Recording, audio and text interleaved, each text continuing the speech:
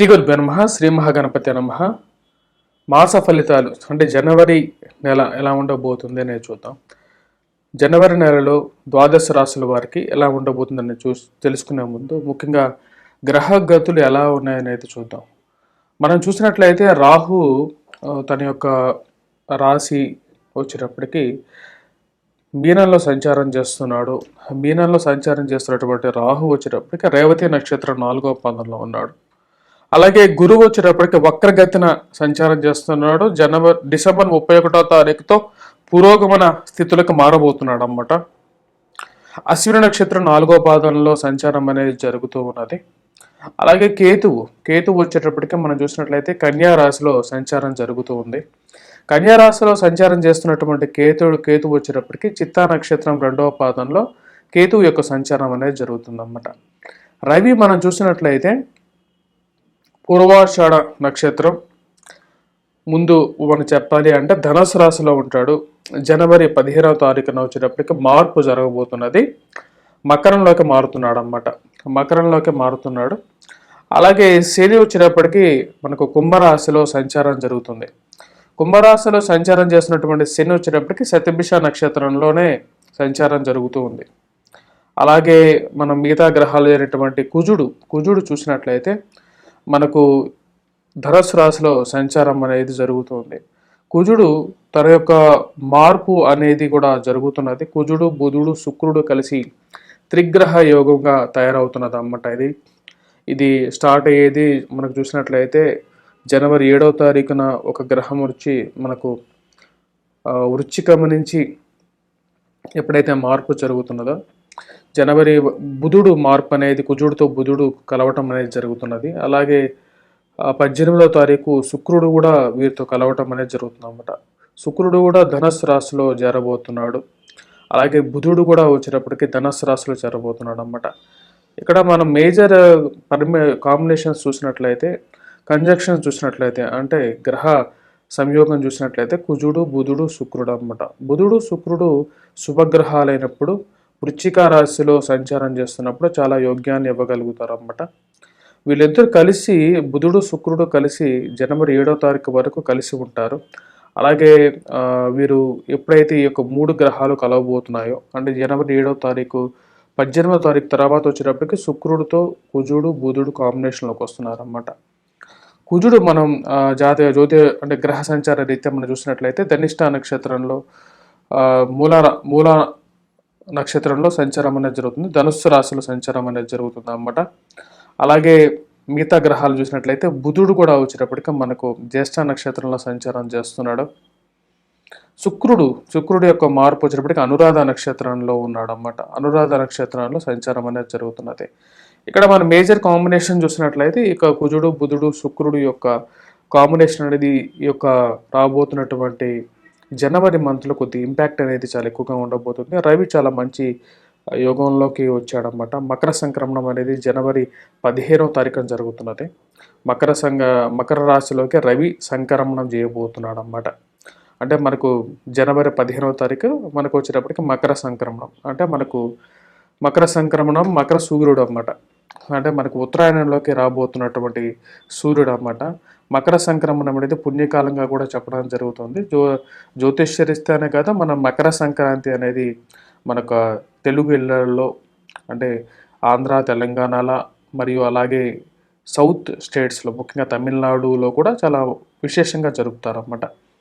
ఇక్కడ మకర సంక్రాంతికి ఒక ముఖ్యమైనటువంటి జ్యోతిష్యరీత్యా మనం చూసినట్లయితే ఇక్కడ ఉత్తరాయణ నుంచి దక్షిణాయనాన్ని కంప్లీట్ చేసుకుంటూ కరెక్ట్గా తను రవి యొక్క మార్పు అనేది ఉత్తరాయణంలోకి వస్తున్నాడు అన్నమాట. ఉత్తరాయణంలోకి స్టార్ట్ అవబోతున్నాడు. ఈ యొక్క అప్ టు మనం చూసిన కన్యా రాశిలోకి సంక్రమణం ఎప్పుడైతే చేస్తాడో దక్షిణాయనం అనేది మనకు మొదలవుతుంటుంది అన్నమాట. రవి ఎప్పుడైతే ఇక్కడ మారుతాడో అలాగే మకర సంక్రమణం తర్వాత మనకు వచ్చేటప్పటికి ఉత్తరాయణం రాబోతుంది. తెలుగు పండగలు ఏవైతే ఉన్నాయో అవి చాలా వరకు మనకు ఉత్తరాయణం తర్వాతే అంటే రవి ఎప్పుడైతే మకర సంక్రమణం చేస్తాడో అప్పటి నుంచే మనకు స్టార్ట్ అవుతుంది అన్నమాట. తమిళనాడులో కూడా ఇక పొంగల్ని ఎక్కువగా చాలా విశేషంగా కూడా జరుపుకుంటారు. ఈ యొక్క మకర సంక్రమణం పుణ్యకాలంలో వచ్చేటప్పటికి నెక్స్ట్ ఇయర్ ఎటువంటి పాడి పంటలు వెయ్యాలి అని చెప్పేసి రైతులు కూడా దాని గురించి నిర్ణయం తీసుకోవటం అనేది జరుగుతుంటుంది. మకర సంక్రమణ పురుషుడు యొక్క లక్షణాన్ని పెట్టేసేసి తదుపరి సంవత్సరంలో ఎటువంటి ఫలితాలు రాబోతున్నాయి అనేది చెప్పే సిద్ధాంతం అనేది కూడా మనకు జ్యోతిష్యరీత్యా కూడా ఉందన్నమాట. సో దాని తగినట్లుగా మనకు ఫలితాలు అనేవి ఉంటూ ఉంటాయి. ఇప్పుడు మనకు ద్వాదశ రాశుల వారి మీద ఈ యొక్క రాబోతున్నటువంటి నూతన సంవత్సర శుభాకాంక్షల్లో ఎటువంటి ఫలితాలు రాబోతున్నాయి, జనవరి మంత్ అనేది ఎలా ఉండబోతుంది ద్వాదశ రాశుల వారికి అనేది చూద్దాం. ధనుస్సు రాశి వారికి ఎలా ఉందనేది చూద్దాం. ధనుస్సు రాశి వారికి మనం గమనించినట్లయితే కుజుడు, శుక్రుడు, బుధుడు కలుస్తున్నారు అన్నమాట. జన్మరాశిలో కుజుడి సంచారం జరిగినప్పుడు ఎలా ఉండబోతుంది, డిసెంబర్ 28వ తారీఖు తర్వాత జన్మరాశిలోకి కుజుడి యొక్క సంచారం, రవి సంచారం అనేది జరుగుతుంది అన్నమాట. జరుగుతున్నప్పుడు ఎలా ఉంటుందంటే ఆరోగ్యంలో వచ్చినప్పటికీ విపరీతమైన వేడి అనేది డిసెంబర్ 28వ తారీఖు నుంచి స్టార్ట్ అవుతుంది. కోప స్వభావం అనేది పెరుగుతుంటుంది. ఉగ్ర రూపంలో మారుతారన్నమాట. అంటే ఎదుటి వారిని చిటికి మాటికి ఎక్కువగా చిరాకు పడడం అనేది ఎక్కువగా అవుతుంది. దీని ద్వారా కొద్దిగా ప్రభావం అనేది మీకు ఎక్కువగా ఉంటుంది అన్నమాట. అంటే వైవాహిక జీవితంలోనూ ఈ ప్రభావం అనేది ఉంటుంది, అలాగే బిజినెస్ పరంగానూ ఎక్కువ ప్రభావం అనేది ఉంటుంది. ఇక్కడ మనం చూసినట్లయితే వృత్తిరీత్యా, వ్యాపారరీత్యా దీని ప్రభావం అనేది ఎక్కువగా ఉంటుంది. కుజుడు చతుర్థ అర్ధదృష్టి అనేది అంటారు అన్నమాట. అర్ధదృష్టితో కుజుడు యొక్క దృష్టి చతుర్థం మీద, అష్టమం మీద ఎక్కువగా ఉంటుంది. తద్వారా వచ్చేటప్పటికి వైవాహిక జీవితంలో కొన్ని ఇబ్బందులు అనేవి కూడా ఏర్పడుతూ ఉంటాయి. జనవరిలో కొద్దిగా జాగ్రత్తగా ఉండాల్సినటువంటి ముఖ్యమైన సూచన. శరీరంలో అధికమైనటువంటి వేడి, జ్వరపీడత్వం అనేది కూడా మొదలవుతుంది. జ్వరం అంటే హెల్త్ రిలేటెడ్గా కూడా టెంపరేచర్ అనేది ఎక్కువగా అవ్వటానికి ఆస్కారం అనేది ఎక్కువగా ఉంది. కుజుడు, శుక్రుడు, బుధుడు కలిసినటువంటి యోగం అన్నమాట. కానీ శుక్రుడు ఈ రాశి వారికి జనవరి 18వ తారీఖు వరకు వృశ్చిక రాశిలో సంచారం చేస్తున్నప్పుడు ఎటువంటి ఫలితాన్ని ఇస్తారంటే ఐశ్వర్యప్రదాయకుడుగా ఉంటాడన్నమాట. అంటే డబ్బుని ఇవ్వగలుగుతాడు. సమయానికి డబ్బు అనేది వెళితే ఫ్లో అవుతూ ఉంటుంది అన్నమాట. కానీ డబ్బు అనేది అదే విధంగా ఖర్చు అవుతూ ఉంటుంది అన్నమాట. అంటే సంపాదన, ఖర్చు రెండు సరి సమానంగా ఉండే విధంగా ఉంటాయి. మరి ఆరోగ్యప్రదంగా జాగ్రత్తగా ఉండాల్సినటువంటి ముఖ్యమైన సూచన. ధనుస్సు రాశి వారికి వచ్చినప్పటికీ గురువు చాలా మంచి స్థానంలో ఉన్నప్పటికీ పూర్తి ఫలితాన్ని ఇవ్వలేడన్నమాట. ఎందుకంటే దానికి కారణం గురువు నుంచి 12వ ఇంట్లో రాహు ఉన్నాడు. ఇది వేదస్థానంగా కూడా పరిగణించబడుతుంది. కానీ శని చాలా మంచి స్థానంలో ఉన్నందువలన ఈ రాశి వారికి వచ్చినప్పటికీ సేవక తత్పరత అనేది ఎక్కువగా ఉంటుంది. అంటే వీరి కింద పనిచేసేటువంటి వారు వీరికి చెప్పినటువంటిగా వినటానికి, వీరితో కలిసి పని చేయటానికి ఎక్కువగా అట్రాక్షన్ అనేది ఉంటుంది. ఉద్యోగ పరంగా, వ్యాపార పరంగా కూడా కొద్దిగా జనవరి 15వ తారీఖు తర్వాత కొద్దిగా జాగ్రత్తగా ఉండాల్సినటువంటి ముఖ్యమైన సూచన.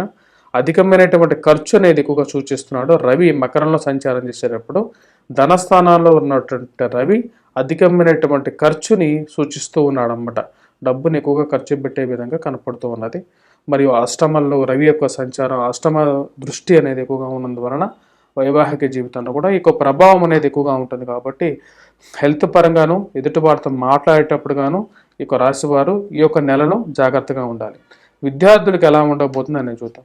విద్యార్థులకు వచ్చేటప్పటికి మిశ్రమమైనటువంటి ఫలితమే గోచరిస్తుంది. చతుర్థంలో రాహు ఉన్నాడు, ధనస్థానంలోకి రవి ఉన్నాడు.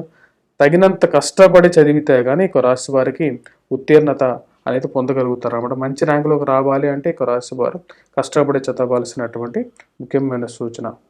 మనం ఇప్పటిదాకా చూసినట్లయితే నెల ఫలితాలు చూసామన్నమాట. అంటే జనవరి నెల ఫలితాలు.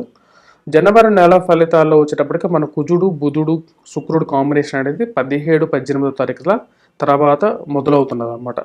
ఈ కాంబినేషన్ అనేది అంత అనుకూలంగా లేదు.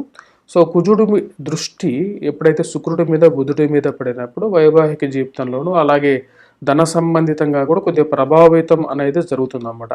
సో కాబట్టి ఈ నెలలో చేసుకోవాల్సినటువంటి రెమెడీ, ఎటువంటి రెమెడీ చేసుకోవచ్చు అనేది మనం చూద్దాం.